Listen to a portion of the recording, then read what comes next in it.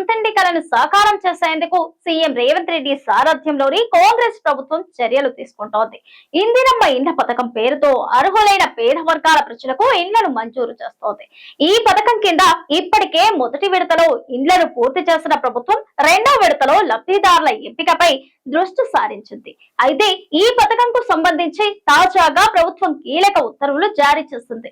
తెలంగాణలోని అర్హులైన ప్రతి ఒక్కరికి సొంతింటి కలను సాకారం చేసేందుకు సీఎం రేవంత్ రెడ్డి సారథ్యంలోని కాంగ్రెస్ ప్రభుత్వం చర్యలు తీసుకుంటోంది. ఇందిరమ్మ ఇండ్ల పథకం పేరుతో అర్హులైన పేద వర్గాల ప్రజలకు ఇండ్లను మంజూరు చేస్తోంది. ఈ పథకం కింద ఇప్పటికే మొదటి విడతలో ఇండ్లను పూర్తి చేసిన ప్రభుత్వం రెండవ విడతలో లబ్ధిదారుల ఎంపికపై దృష్టి సారించింది. అయితే ఈ పథకంకు సంబంధించి తాజాగా ప్రభుత్వం కీలక ఉత్తర్వులు జారీ చేసింది.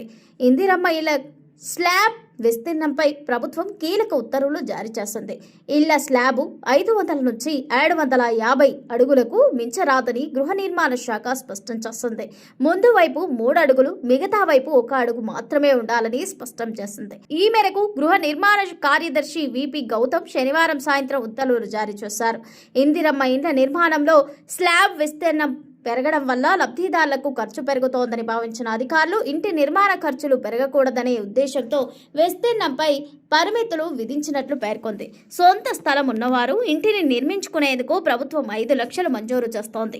ఈ క్రమంలో రాష్ట్ర వ్యాప్తంగా ఇప్పటికే మొదటి విడతలో భాగంగా సుమారు 1,00,000 ఇందిరమ్మ ఇండ్లు పూర్తి కాగా మరో 1,00,000 ఇండ్లు ఈ సెప్టెంబర్ నెల నాటికి పూర్తవుతాయని ప్రభుత్వ అధికారులు పేర్కొంటున్నారు. మరోవైపు రెండో విడతలో ఇండ్ల కేటాయింపులకు ప్రభుత్వం కసరత్తు చేస్తోంది. అయితే ఇందిరమ్మ ఇంటి నిర్మాణంలో ఖర్చు ఎక్కువ అవుతోందని, దీంతో కొందరు ఇంటి నిర్మాణాన్ని మధ్యలో నిలిపివేస్తున్నారని అధికారులు గుర్తించారు. ఈ క్రమంలో ఖర్చు భారీగా పెరగడంకు గల కారణాలపై అధికారులు అధ్యయనం చేశారు. చాలా మంది లబ్ధిదారులు స్లాబ్ ఎక్కువ సైజులో నిర్మిస్తున్నట్లు గుర్తించారు. కొంతమంది గోడల కన్నా సుమారు 8 అడుగుల వరకు ముందుకొస్తున్నట్లు హౌసింగ్ అధికారులు తెలిపారు. పెద్ద స్లాబ్ నిర్మించడం కారణంగా ఖర్చు పెరుగుతోందని, ఈ కారణంగానే కొంతమంది లబ్ధిదారులు ఇండ్ల నిర్మాణంను మధ్యలోనే నిలిపివేస్తున్నారని అధికారులు గుర్తించారు. దానివల్ల పేదలు ఇల్లు నిర్మాణం కోసం సబ్సిడీ నిధులు ఇచ్చే ప్రధాన లక్ష్యమే దెబ్బతింటుందని ప్రభుత్వం పేర్కొంది. వీటన్నింటికీ పరిగణలోకి తీసుకుని స్లాబ్ విస్తీర్ణంపై పరిమితులు విధించాలని హౌసింగ్ కార్పొరేషన్ కోరడంతో ప్రభుత్వం ఉత్తర్వులు జారీ చేసింది. ఇంటి ముందు వైపు గోడల కన్నా 3 అడుగులు, మిగతా వైపు 1 అడుగు మాత్రమే స్లాబ్ ఉండాలని ప్రభుత్వం తాజాగా విడుదల చేసిన జీవోలో స్పష్టం చేసింది.